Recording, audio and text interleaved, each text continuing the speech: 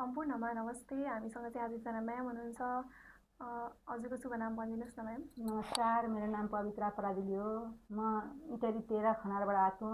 स्वागत छ हजुरलाई हाम्रो अरविन्द आई केयरमा है। हजुर। हाम्रो अरविन्द आई केयर भन्ने चाहिँ हजुरले कहाँबाट थाहा पाउनुभयो र सुरुमा चाहिँ कसरी आउनुभयो?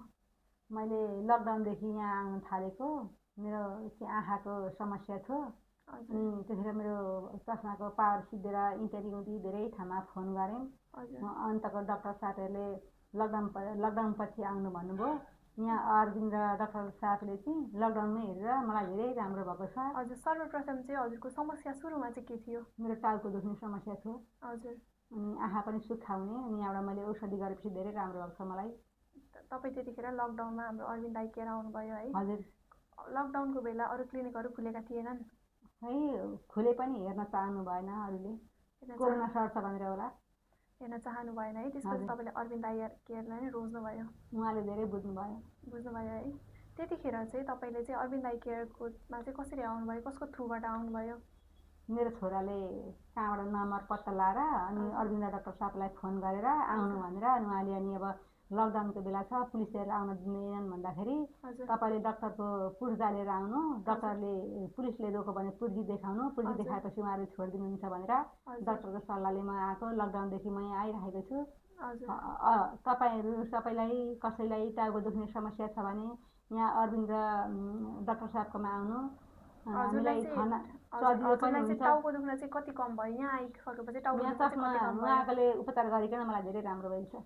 धेरै राम्रो है। टाउको दुख्न तपाईँको मैले चस्मा धेरै टाउको दुख्यो भने मैले चस्मा लगायो भने मलाई ठिक हुन्छ। उहाँले चाहिँ मलाई चस्मा चाहिँ सुत्ता मात्रै खोल्नु भन्नुभएको छ। हजुर, सुत्दा र नुहाउँदा मात्रै लगाइराख्ने हो। चस्मा लगाइराख्नु छ। धेरै गर्मी भयो भने चाहिँ म खोल्छु, नभए म पुरा चस्मा लगाएरै काम गर्छु। केही गर्दा ओर्दा केही केलाई गर्ने समस्या भयो भने पनि म चस्मै लाउँछु। काहीँ घाममा हिँड्नु पर्यो भने त झन् मलाई चस्मा नलाइकन गाह्रो हुन्छ, चस्मै लगाएर हिँड्छु। हजुर, हजुरको चेन्जेबल चस्मा हो, घाममा लाउँदाखेरि झन् हजुरलाई हेर्न सजिलो हुन्छ घाममा हेर्न। मलाई चेन्जेबल चस्मा उहाँले लाउनुपर्छ भन्नुभएको छ, मलाई धेरै सजिलो भएको छ। हजुर, हजुरलाई हाम्रो अरविन्द आई केयरको चाहिँ सर्भिस चाहिँ कस्तो लाग्छ? उहाँहरू मलाई धेरै राम्रो लाग्छ। राम्रो लाग्छ है। हजुर।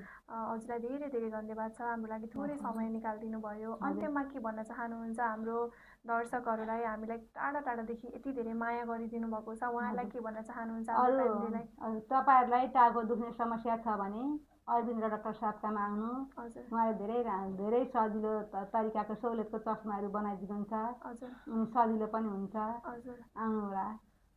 तपाईँलाई धेरै बेर पर्खिनु पनि पर्दैन। एक दिनमा आएर एक दिनमै काम हुन्छ। अन्त बिराहा नदी गयो भने 2 दिन 3 दिन लाग्छ भने यहाँ एकै दिनमा हुन्छ।